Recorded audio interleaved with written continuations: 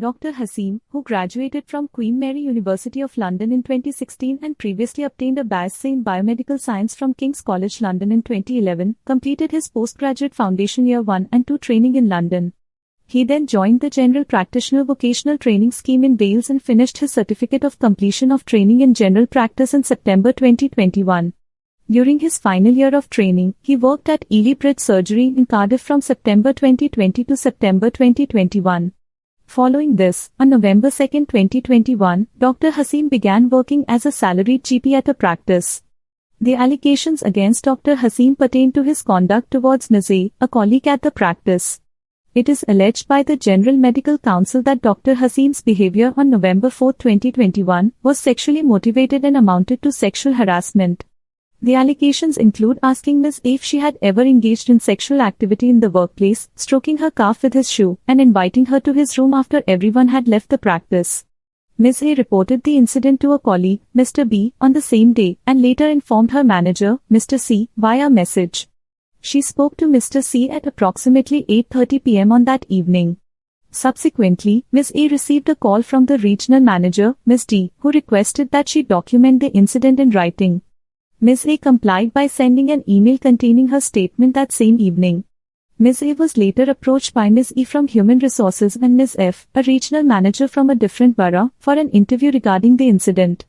This interview took place on November 8, 2021. The responsible officer raised initial concerns with the GMC on December 29, 2021. The concerns arose after a disciplinary hearing held on November 19, 2021, resulted in Dr. Hassim's termination of employment due to gross misconduct. As a result, Dr. Hassim was suspended from the NHS Medical Performers List on December 24, 2021. The suspension was subsequently reviewed and continued in April 2022.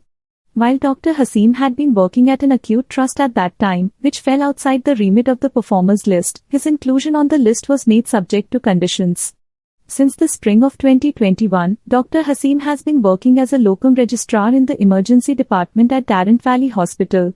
However, he expressed his intention to return to a salaried GP position in the future.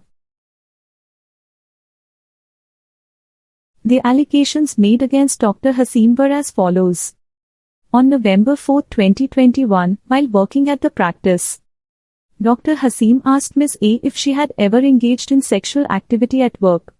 Dr. Hassim made a statement to Ms. A suggesting a scenario involving physical intimacy and stated that she would be thinking about it. Dr. Hassim shared graphic details about a sexual experience he had. Dr. Hassim asked Ms. A if she had ever had sex in the workplace. Dr. Hassim asked Ms. A if she had ever been sexually aroused at work.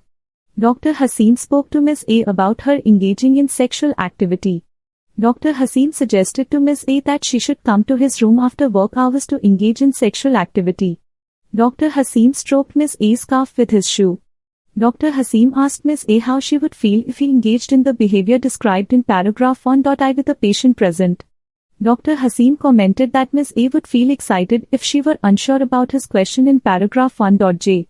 Dr. Hassim placed his hand on Ms. A's shoulder and asked her to come to his room to see what he was talking about. The above conduct was found to be sexually motivated and constituted sexual harassment under Section 26 of the Equality Act 2010. It was determined that Dr. Hassim engaged in unwanted conduct related to sex, which violated Ms. A's dignity and created an intimidating, hostile, degrading, humiliating, or offensive environment for her. It was alleged that Dr. Hassim's fitness to practice was impaired due to his misconduct. Dr. Hassim admitted to behaving inappropriately towards Ms. A, a colleague. He expressed remorse and acknowledged the seriousness of his actions. Dr. Hassim also made efforts to learn from his mistakes and improve his professional conduct. During the hearing, the General Medical Council argued that Dr. Hassim's behavior constituted sexual harassment and breached fundamental tenets of the medical profession. They emphasized the need to maintain public confidence in the profession.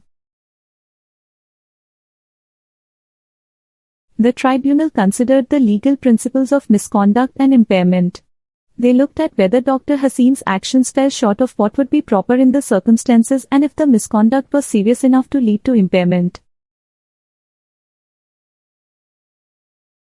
The tribunal found that Dr. Hassim's admitted and proven misconduct amounted to serious misconduct due to the nature of sexual harassment and the context of Ms. A's protected characteristic. They determined that his fitness to practice was impaired. Both parties presented their arguments regarding the appropriate sanction for Dr. Hassim. The GMC argued for a lengthy suspension, considering the seriousness of the misconduct, while the defense emphasized Dr. Hassim's insight, remediation, and low risk of repetition. After considering the aggravating and mitigating factors, the tribunal determined that a period of suspension was the appropriate sanction. They recognized Dr. Hassim's remorse, remediation efforts, and lack of repeated misconduct. However, they deemed no action as inappropriate due to the seriousness of the misconduct. The tribunal determined that 1 month suspension will be a proportionate length. The tribunal did not find it suitable to make an immediate order. The tribunal also did not find a need of review in this case. Sexual harassment in the workplace is a grave issue that must be taken seriously. It can have a profound impact on victims and their families. Upholding professional standards and maintaining public confidence in the medical profession is crucial. By understanding the seriousness of sexual harassment, we can work towards creating safe and respectful work environments for all.